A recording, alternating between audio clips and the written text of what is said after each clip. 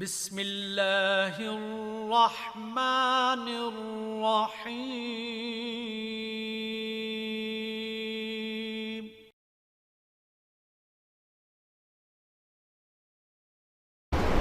نحمده ونصلي ونسلم على رسوله الكريم اما بعد اعوذ بالله من الشيطان الرجيم بسم الله الرحمن الرحيم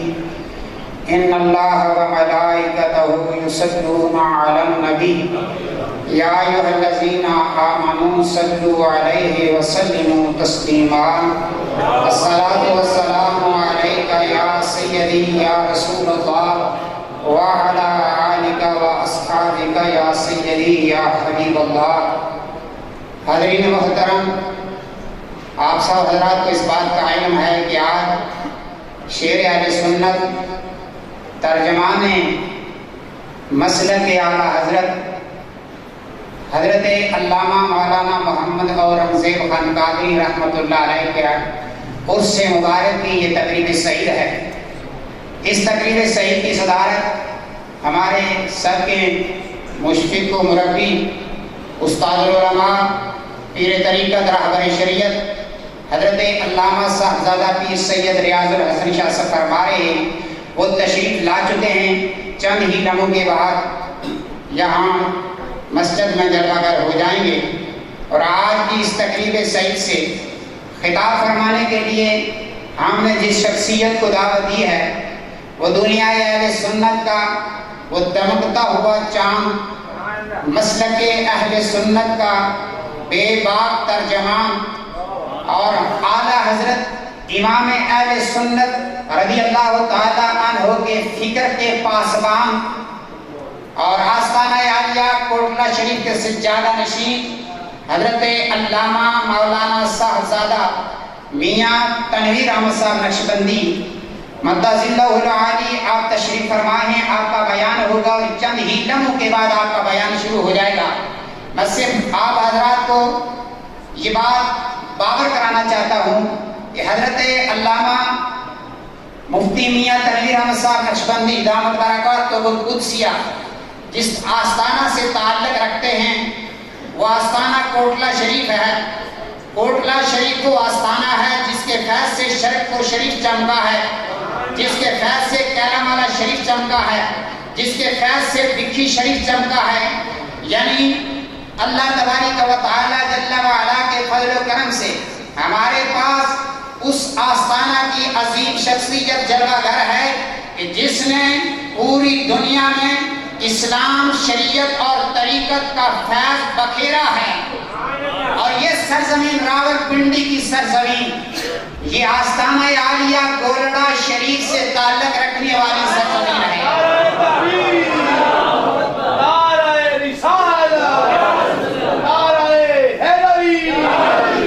حضرات محترم، یہ بات ذہن نشین رکھیں. وہ کوتا ذہن لوگ ہوتے ہیں، وہ کم ظرف لوگ جو ہوتے ہیں جو کہتے ہیں نقشبندی، قادری اور چشتی آپس میں کچھ اختلاف رکھتے ہیں. نہیں، یہ تو ایک مخزن ہے اور ایک مخزن کے مختلف منبع جات ہیں جو ایک مرکز سے نکل کر مختلف راستوں سے چلتے ہوئے اللہ کے محبوب کی امت کو سیراب کرتے ہیں. ان کا مخزن بھی ایک ہے، مرکز بھی ایک ہے اور ان کا مطمع نظر بھی ایک ہے. قادری، نقشبندی، سہروردی اور چشتی آپ ایسا سمجھ لیں کہ جو پانی ہوتا ہے یہ پانی سمندر سے چلتا ہے، بارش کی شکل میں بستا ہے، پھر نالی اور ندیوں کی صورت میں بہتا ہوئے دریاؤں میں جاتا ہے، دریاؤں سے پھر مڑ کر سمندر میں پانی جاتا ہے. دوستان محترم، لیکن آپ حضرات جانتے ہیں ایک دریائے چناب ہے، ایک دریائے ستلج ہے، ایک دریائے راوی ہے، ایک دریائے جیلم ہے. یہ مختلف نام ہیں دریاؤں کے. ارے پانی ایک ہی ہے، ان کا مرکز بھی ایک ہی ہے، منبع بھی ایک ہی ہے اور ان کا مرکز بھی ایک، یہ مرجع بھی ایک ہی ہے. جن کا منبع بھی ایک، مرجع بھی ایک، لیکن مختلف راستوں سے آنے کی وجہ سے کوئی ستلج ہو گیا، کوئی جیلم ہو گیا، کوئی راوی ہو گیا، کوئی سندھ ہو گیا. ان کا پانی میں کوئی اختلاف نہیں.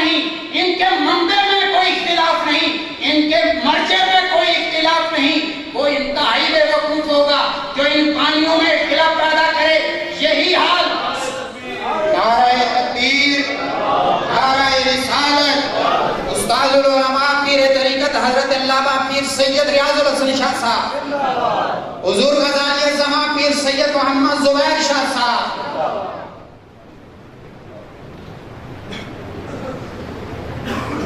حضرت تشریف رکھیں۔ تو جس طرح یہ پانیوں کے نام مختلف جگہ سے گزرنے کی وجہ سے نام مختلف ہو جاتا ہے، اسی طرح یہ فیض کے دریا جو غوث اعظم شیخ عبد القادر کے جیلانی کے سینہ عطر سے گزرا وہ قادری ہو گئے، جو شہاب الدین سہروردی کے سینے سے گزرا وہ سہروردی ہو گئے، جو بہاؤالدین نقشبند کے سینہ سے گزرا وہ نقشبندی ہو گئے، اور جو حضور معین الدین اجمیری کے سینے سے گزرا وہ چشتی ہو گئے۔ ان کا منبع بھی ایک ہے، ان کا مرجع بھی ایک ہے، کوئی اختلاف نہیں۔ اور آخری بات، یہ سرزمین گولڑا شریف، یہ سرزمین گولڑا شریف، اس کے بارے میں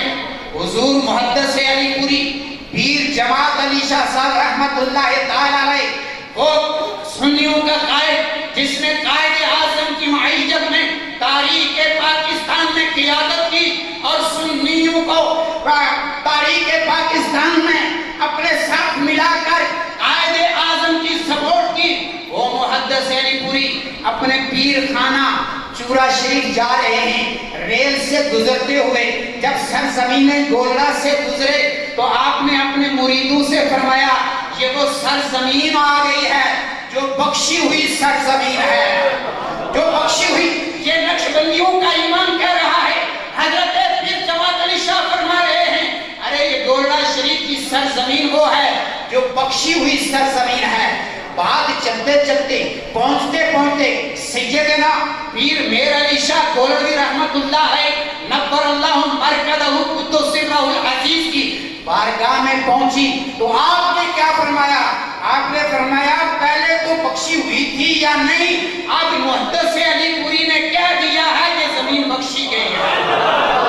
ان اولیاء اللہ کا آپس میں یہ تعلق ہوتا ہے، خبردار کوئی یہ سمجھے کہ قادری اور نقشبندی اور چشتیوں میں کوئی اختلاف ہے، کوئی اختلاف نہیں۔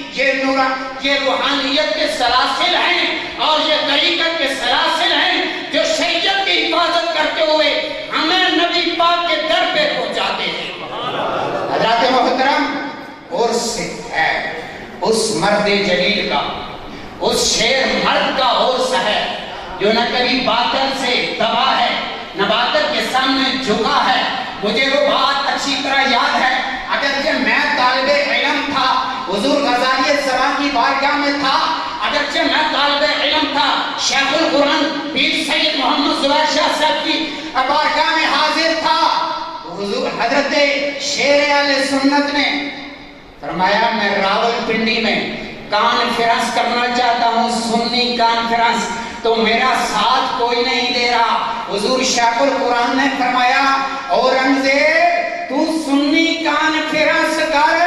تیری مالی بھی مدد کی جائے گی، افرادی بھی مدد کی جائے گی اور جانی بھی مدد کی جائے گی۔ اور وہ مولانا اورنگزیب قادری رحمت اللہ تعالی علیہ جس نے اہل سنت کے پرچم کو ہمیشہ بلند رکھا اور جس نے مسلک پہ کبھی کمپرومائز نہیں کیا،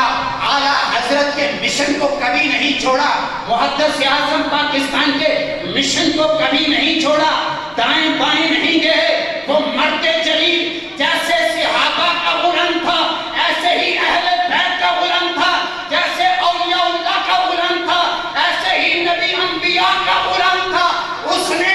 ساری زندگی انبیاء اولیاء صحابہ اور اہل بیت کے تقدیس کی پرچار کی ہے اور عقیدہ اہل سنت کا دفاع کیا ہے۔ اور یہی عقیدہ اہل سنت ہے کہ میرے امام نے کہا تھا نا کہ اہل سنت کا بیڑا ہے پیار، پیارے اصحاب حضور نظم ہیں اور نو ہے عطرت رسول اللہ کی۔ حاضرین محترم، میں زیادہ وقت نہیں لینا چاہتا، میں صرف گزارش کروں گا جو نوجوان ہیں وہ تھوڑے سے آگے آ جائیں، یہ جو بچے ہیں پیار سے تھوڑے سائیڈ پہ چلے جائیں، کیونکہ حضرت نے جو بیان کرنا ہے وہ زیادہ تر نوجوانوں کے لیے۔ آپ سے گزارش کروں گا کہ آپ اس طرف آ جائیں، آپ سائیڈ ملت حضرت علامہ صاحبزادہ پیر سید ریاض الحسن شاہ صاحب اور دوستان محترم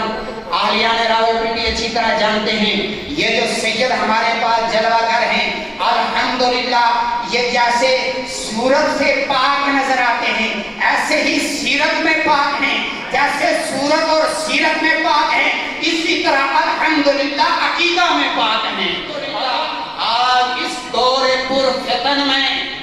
دائیں بائیں جھکنے والے نہیں، سیدھی سڑک امام اہل سنت کے فکر پہ چلنے والے اس مرد مجاہد کو ہم پیر سید ریاض الحسن شاہ صاحب ربطان البرکات القدسیہ کہتے ہیں۔ آپ تشریف فرما ہو چکے اور انہی الفاظ کے ساتھ میں دعوت خطاب دے رہا ہوں۔ مناظر اسلام، محقق اہل سنت، وائز شیریں لسان، اور یہ دو بڑی عجیب باتیں ہیں، مناظر بھی ہو، محقق بھی ہو، شیریں لسان بھی ہو، یہ ہر ایک پلے میں نہیں آتا۔ جو شیریں لسان ہوتے ہیں وہ صرف مقرر ہوتے ہیں، وہ محقق نہیں ہوتے، اور جو مناظر ہوتے ہیں وہ صرف مناظر ہوتے ہیں، وہ شیریں لسان نہیں ہوتے۔ اللہ نے اس مرد میں یہ تمام خوبیاں ڈالی ہیں، اللہ نے لہن تعودی کا فیض بھی ایسا عطا کیا ہے، جب بولتے ہیں تو سناٹا پاری ہو جاتا ہے، اور جب اہل حق کے حق کرتے ہیں تو محقق کی صورت نظر آتی ہے، جب دفاع مسلک کرتے ہیں تو مناظر کا منظر پیش ہوتا ہے۔ تو میں دعوت خطاب دے رہا ہوں، مناظر اسلام، شیر اہل سنت، محقق اہل سنت، حضرت علامہ صاحبزادہ مولانا مفتی میاں تنویر احمد صاحب نقشبندی، آستانہ عالیہ کوٹلہ شریف، آپ تشریف فرما ہو کر اپنے باعث حسنہ سے ہمارے قلوب و اذان کو معزز فرماتے ہیں۔ راولپنڈی والوں، میری ایک عادت ہے، میں آخر میں ایک نعرہ بھی لگواتا ہوں، تو میں دیکھنا چاہتا ہوں آپ تو غازی صاحب کے قریب رہنے والے ہیں اور گورا شریف کی سرزمین سے تعلق رکھنے والے ہیں، آپ میں کتنا دم خم ہے نعرے کا، نعرہ تکبیر۔ ہم اللہ کی وحدانیت کو مانتے ہیں، ایک آگ بلند کر کے زبان سے اعلان بھی کریں اور ایک آگ بلند کر کے یہ اعلان بھی کرتے ہیں کہ ہم اللہ کو ایک مانتے ہیں، جس کے پاس ہاتھ ہے، ہاتھ میں طاقت ہے، اور جس کو اللہ کی ذات پہ ایمان ہے، وہ اپنا ایک ہاتھ بلند کر کے نعرہ لگائے، نعرہ تکبیر۔ اب وہ نعرہ ہے جو ہمارا امتیازی نشان ہے، ارے یہ وہ نعرہ ہے جو ہم پل سرات سے لگاتے ہوئے گزریں گے، یہ وہ نعرہ ہے جو میدان معاشر میں بھی سنی لگائے گا۔ جمیل قادری نے یہی کہا تھا کہ میں مرنے کے وقت بھی جو میری زبان سے نکلے گا وہ یہی نعرہ ہوگا، نعرہ رسالت۔ نوجوان سینوں کا زور لگائیں، بوڑھے حضرات اپنے اطمینان سے جس طرح وہ چاہتے ہیں اس طرح کر لیں، لیکن نوجوان اپنے سینے کا زور لگائے، نعرہ رسالت،